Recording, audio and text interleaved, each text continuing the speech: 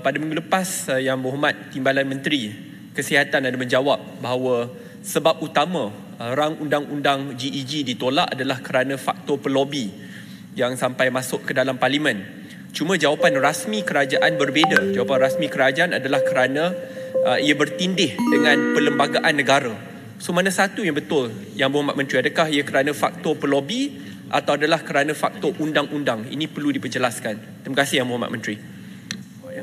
Baik, terkait dengan persoalan perkara yang disebutkan tadi, ya kalau boleh, saya baru menyebutkan ini, kuat kuasa Akta Rokok dan Peraturan Rokok ini, walaupun disebutkan di sini begitu, saya mengharapkan ia akan dapat dilaksanakan Jun 2024. Ya, baru ini pun kita tarik sikit tarikh itu, tapi kali ini insya-Allah dengan berkat Ramadan ini, ya kita usahakan, dan saya tahu ya pimpinan yang tanggungjawab, the team is working very hard to get to the deadline of June 2024 dengan izin Jun 2024.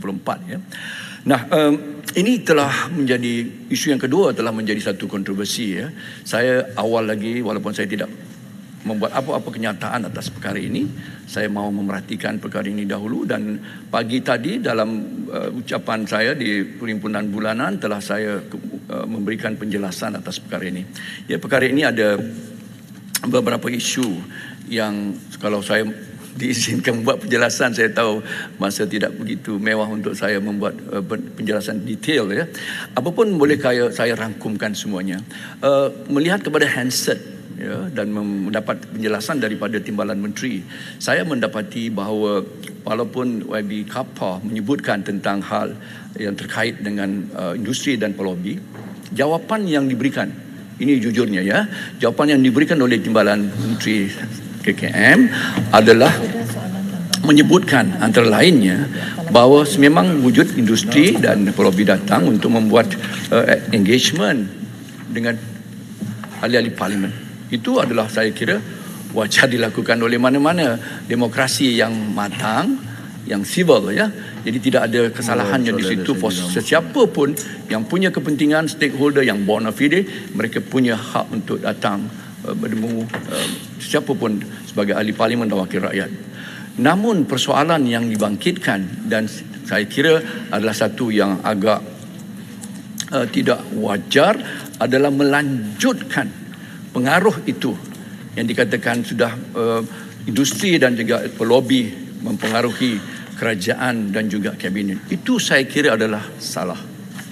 Salah pada fakta dan salah kepada pengucapan yang dibuat oleh Timbalan Menteri, kerana saya semak perkara itu. Dan pagi tadi saya membuat penjelasan agak regrettable, dengan izin agak malang, ia telah begitu diangkat oleh Code Blue dan juga rakan ya mantan Menteri Kesihatan, ya.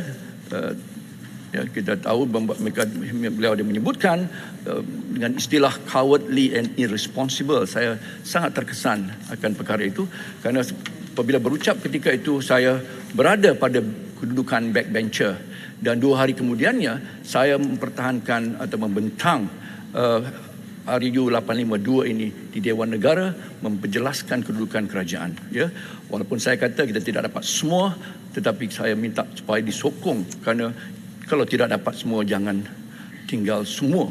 Jadi ya, kita mahukan GEG itu. Namun perkara yang menjadi kuncinya adalah ketika dibangkitkan oleh Kamar Peguam Negara AG Chambers dengan izin bahawa persoalan constitutionality ataupun isu perlembagaan itu telah menjadi besar.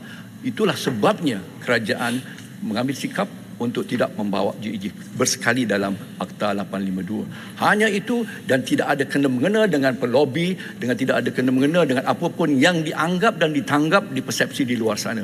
Dan kenyataan itu dibuat oleh Timbalan Menteri KKM ketika membuat jawapan itu. Jadi saya tidak mahu memanjangkan isu ini. Saya harap Code Blue dan juga sahabat saya, mantan Menteri Kesihatan, Tuan KJ Kari Jamaluddin akan dapat memperbetulkan hal ini.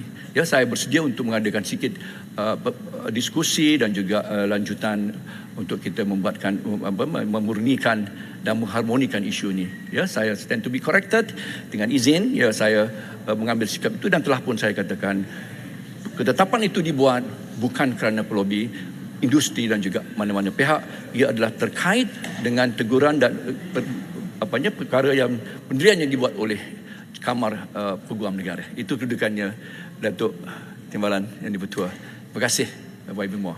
Terima kasih Muhammad.